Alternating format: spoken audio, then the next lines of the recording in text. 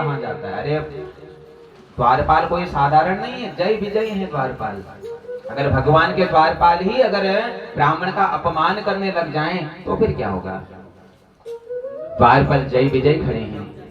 जय विजय ने प्रणाम किया, हे विप्रदेव, आपको हमारा प्रणाम है। आप कहां से आए हैं? आपका क्या नाम है और किससे मिलने आए हैं? सुदामा जी कहते हैं, क्या ये हमारे द्वारिकाधीश कृष्ण का राजभवन है? क्या यही द्वारिकाधीश विराजते हैं? जय विजय ने कहा, जी महाराज, यही मेरे द्वार पर मेरे ठाकुर जी विराजते हैं, मेरे कृष्ण जी विराजते हैं। तो जाओ, जा करके उनसे कह दो कि तुम्हारे बचपन का मित्र आया है। क्या आप मेरे ठाकुर जी के, मेरे राजा के बचपन के मित्र हैं? हाँ, मैं तुम्हारे राजा के बचपन का मित्र हूँ। हम दोनों एक साथ पढ़े हैं, एक साथ बड़े हैं। अरे वो मेरे बचपन का मित्र है। जाओ, जा करके कह दो कि वो सुदामा आया है। द्वारपाल ने कहा, गुरुदेव आप थोड़ी देर यहाँ पर विश्राम करो, मैं अभी गया और भगवान द्वारिकाधीश से कह करके आता हूँ कि तुम्हारे बचपन के मित्र आए हैं। एक द्वारपाल जब अंदर गया, उस समय भगवान भोग लगा रहे थे। द्वारपाल द्वार पर खड़ा हो गया। कन्हैया की नजर जब द्वारपाल पर पड़ी, हे द्वारपाल, जय विजय, क्या बात हो गई, क्यों आए हो आप? महाराज, द्वार पर एक ब्राह्मण आया है और आपसे मिलना चाहता है। भगवान कहते हैं, ब्राह्मण को कब अनुमति लेनी पड़ गई है मुझसे मिलने की? अरे मेरे लिए तो ब्राह्मणों, मेरे दरबार तो ब्राह्मणों के लिए हमेशा खुला है। बोला, महाराज वो कोई साधारण ब्राह्मण नहीं है। शीस पगन जगा तन में प्रभु, जाने को आहे बसे की ही गामा। शीस पगन जगा तन में प्रभु, जाने को आहे बसे की ही गामा। धोती फटी सिलती दुपट्टी और पाए उपा कहीं की नहीं श्यामा। द्वार खड़ो एक निर्बल, एक रघु चकिसो वसुधा अभिरामा। पूछत दीन दयाल को नाम बतावत, पूछत दीन दयाल को नाम। क्या नाम है बताओ उसका? अरे जय विजय, क्या नाम है उसका? पूछत दीन दयाल को नाम, बतावत अपनो नाम सुदामा। पूछत दीन दयाल को नाम, बतावत अपनो नाम सुदामा। जैसे ही यह सुना, अचंभित हो गए, मेरा मित्र आ गया, सुदामा आया है, मेरे बचपन का मित्र आया है। कहाँ है जय विजय? मुझे मिलाओ उससे, मेरे बचपन के मित्र से मुझे मिलाओ। दौड़ने लगे महाराज, इतने बेसुधा हो गए कि कहाँ कमली गिर गई, कहीं मुकुट गिर गया, कहीं कुछ गिर गया। महाराज दौड़ रहे हैं, सुदामा सुदामा सुदामा, मेरे मित्र सुदामा। और सुदामा जैसे ही मिले, कंठ से सुदामा को लगा लिया और कंठ में लगा करके सुदामा को लेकर के आए। अपने आसन पर सुदामा को बैठा दिया। रुक्मणी मैया अचंभित हो गई। अरे ऐसा ब्राह्मण तो आज तक कोई आया ही नहीं जिसके लिए भगवान इतने प्रफुल्लित हो गए। पूछने लगी कि कौन है ये, कौन है? बताते हैं, तुम्हें पता नहीं, यह मेरे बचपन का मित्र है, मेरा सुदामा। और भगवान ने जैसे ही सुदामा जी के चरण देखे, ओ जितना राधा रोए रोए श्याम के लिए, जितना राधा रोए रोए श्याम के लिए, कन्हैया उतना रोया रोया है सुदामा के लिए। कन्हैया उतना रोया रोया है सुदामा के लिए। ओ जितना राधा रोई रोई श्याम के लिए, उतना राधा रोई रोई श्याम के लिए। कन्हैया उतना रोया रोया है सुदामा के लिए। कन्हैया उतना रोया रोया है सुदामा के लिए। कन्हैया उतना रोया रोया है सुदामा के लिए। कन्हैया उतना रोया रोया है सुदामा के लिए। जय हो।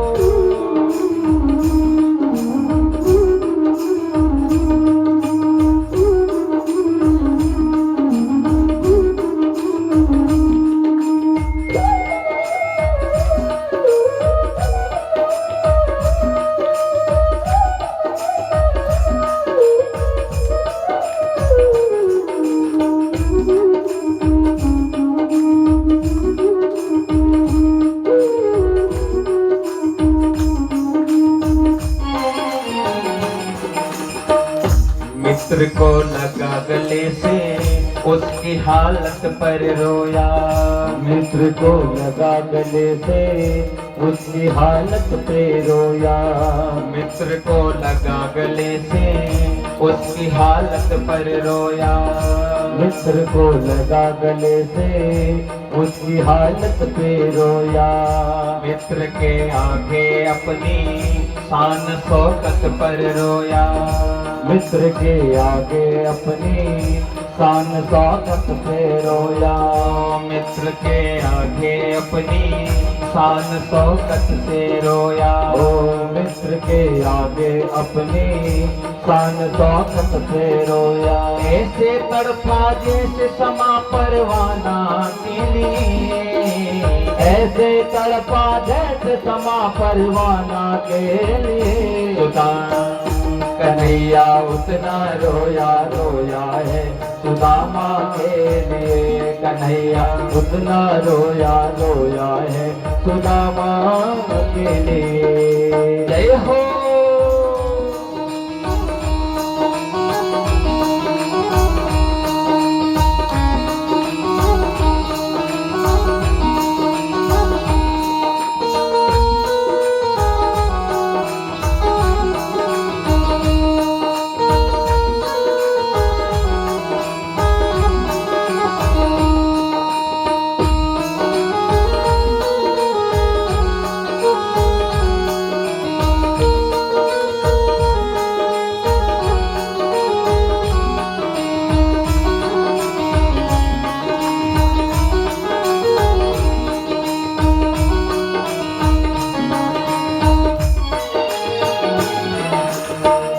मित्र को लगा कलेजे बाह बांकर के रोया। मित्र को लगा कलेजे बात भर भर के रोया। मित्र को लगा कलेजे बाह भर भर के रोया। मित्र को लगा कलेजे बाह भर भर के रोया। और अपने बचपन को याद कर कर के रोया। और अपने बचपन को याद कर कर के रोया। ये ऋण था अनमोल श्याम देवाने के लिए। ये ऋण था अनमोल श्याम दीवानों के लिए। कन्हैया उतना रोया रोया है सुदामा के लिए। कन्हैया उतना रोया रोया है सुदामा के लिए। हो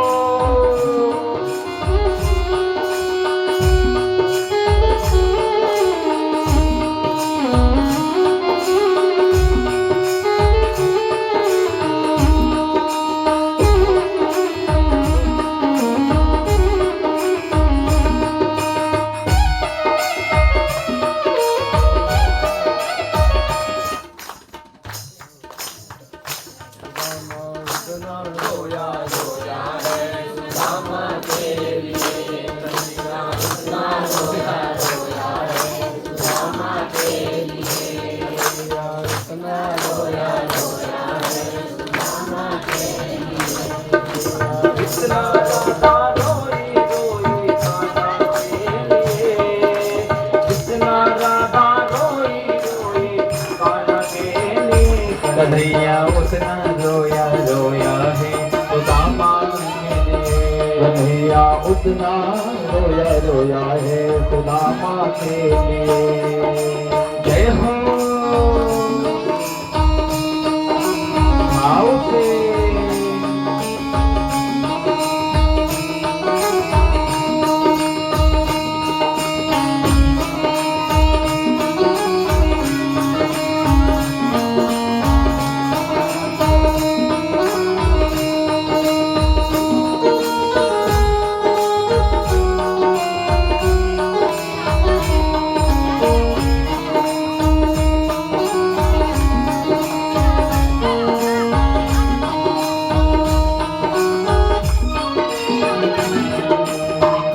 पाँव के छाले देखे तो दुख के मारे रोया। पाँव के छाले देखे तो दुख के मारे रोया। पाँव के छाले देखे तो दुख के मारे रोया। पाँव के छाले देखे तो दुख के मारे रोया। पाँव धोने के खातिर खुशी के मारे रोया। पाँव धोने के खातिर खुशी के मारे रोया। पाँव धोने के खातिर खुशी के मारे रोया। पाँव धोने के खातिर खुशी के मारे रोया। आंसू थे भर पाई बस हर जाने के लिए। आंसू थे भर पाई बस हर जाने के लिए। कन्हैया उतना रोया रोया है सुदामा के लिए। कन्हैया उतना रोया रोया है सुदामा के लिए। उतना राधा रोई रोई कान्हा के लिए। जितना राधा रोई रोई कान्हा के लिए। कन्हैया उतना रोया रोया है सुदामा के लिए। कन्हैया उतना रोया रोया है सुदामा के लिए। कन्हैया उतना रोया रोया है सुदामा के लिए। कन्हैया जय हो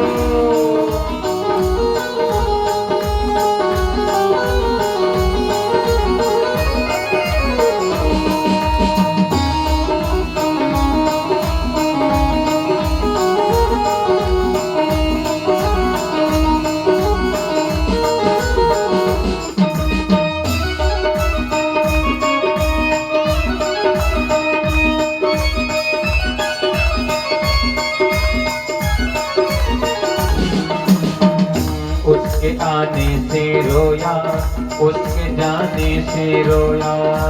उसके आने से रोया उसके जाने से रोया।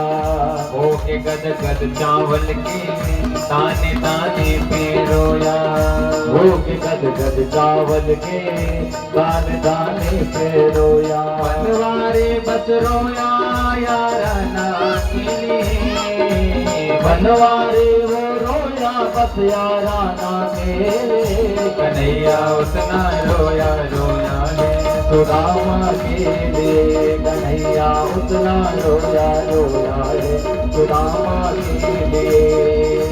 जितना राधा रोई रोई कान्हा के लिए। जितना राधा रोई रोई कान्हा के लिए। कन्हैया उतना रोया रोया है सुदामा के लिए।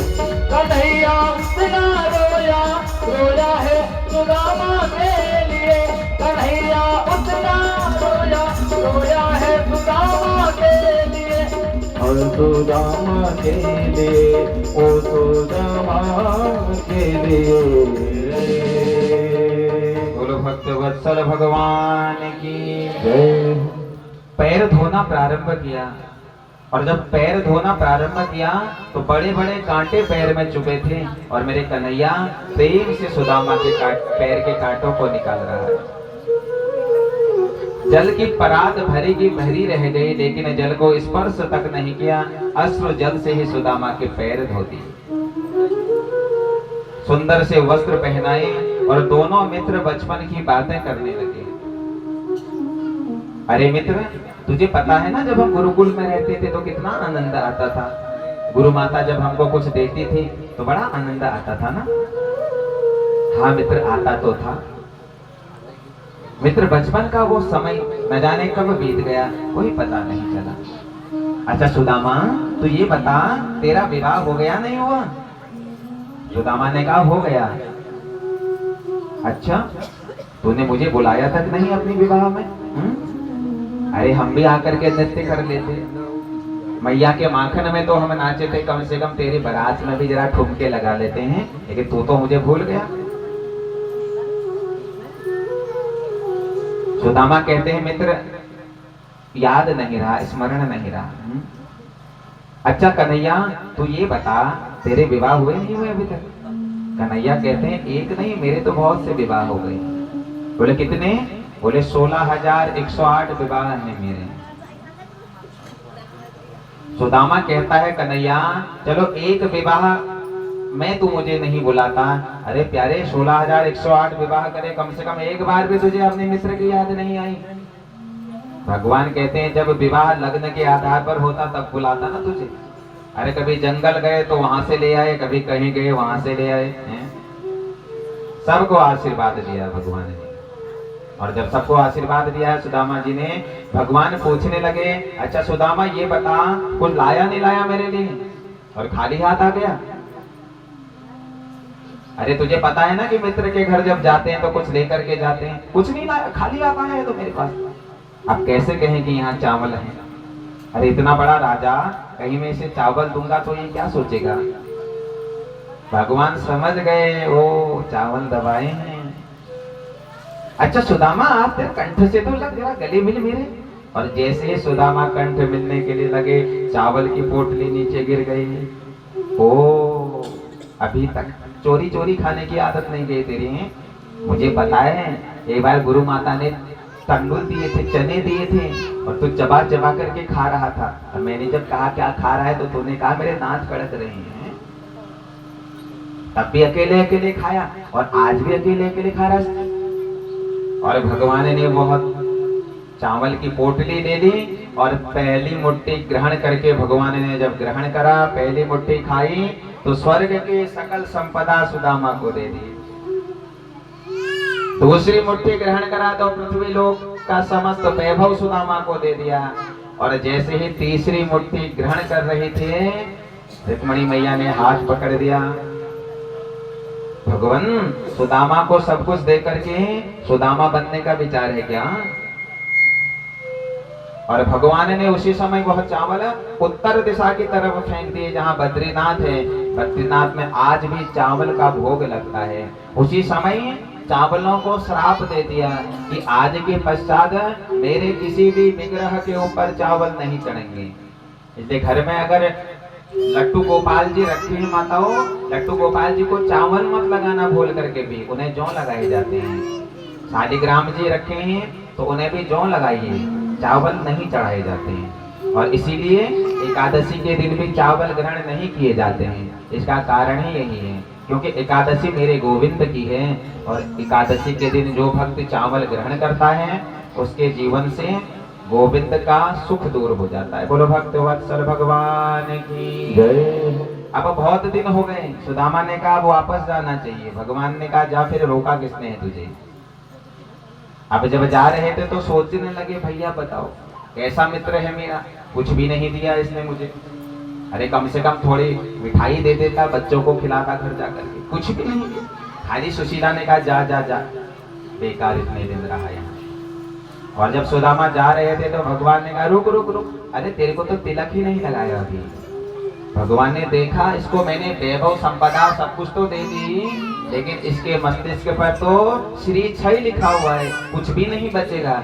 और भगवान ने तिलक लगा करके सुदामा को अक्षश्री कर दिया। बोलो द्वारिकाधीश भगवान की जय। तो सुदामा जी यहाँ पर अक्षय श्री हो गए। बड़ा ही पुनीत पावन यह श्रीमद् भागवत महापुराण आज अपने 6 दिवसों को पूर्ण करके आज छठे दिवस विराम अवस्था की तरफ है। और कल इस कथा की पूर्णाहुति, कल इस कथा की पूर्णाहुति है। और फिर कल हम भी आप लोगों के मध्य से फिर विदा लेंगे। हम अपने आप को बड़ा श्रेष्ठ समझते हैं कि हमें आप जैसी माताएं मिलती हैं, क्योंकि हमारा बचपन तो आप लोगों के ही बीच में व्यतीत हुआ। 10 वर्ष के थे तो घर से गुरुकुल पढ़ने चले गए थे, तब से अपनी माता का प्रेम तो मिल नहीं पाया हमें। कहीं जाते हैं कथा श्रवण आदि करवाने के लिए तो आप जैसी माताएं मिलती हैं। जब आप लोगों के बीच से जाते हैं तो बड़ा दुख लगता है, बड़ा कष्ट होता है, हमें तो बहुत दुख होता है, क्योंकि हम इन 6-7 दिनों में आप लोगों के साथ एक अंतःकरण का एक रिश्ता बन जाता है, मातृभाव आप लोगों पर आ जाता है। तो कल फिर से पुनः आप लोगों के मध्य में आएंगे, आप लोगों का सहृदय हम धन्यवाद करेंगे। कल कथा पूर्णाहुति की तरफ अग्रसित होगी और 11 साढ़े 11 बजे से कल कथा 11:30 पूर्णाहुति के पश्चात कथा एक ठीक है 11 से कथा, उसके बाद 2 बजे से फिर आप लोगों का भंडारा। कल भी आना है इसी उत्साह में जिस प्रकार आज तक आप आ रहे हैं, आनंद ले रहे हैं। और आज बड़ा ही पुनीत पावन समय, आइए हम सब मिलकर के वृंदावन की फूलों की उस पावन होली को खेलते हैं, क्योंकि जब कथा विराम की तरफ जाती है ना तो हमें फिर फूलों की होली से आनंद लेना चाहिए। और आज शाम को दीपदान भी है, आप लोग दीपदान पर भी सम्मिलित होइएगा। अपने घर से 2-2 दिए बना करके ले आए।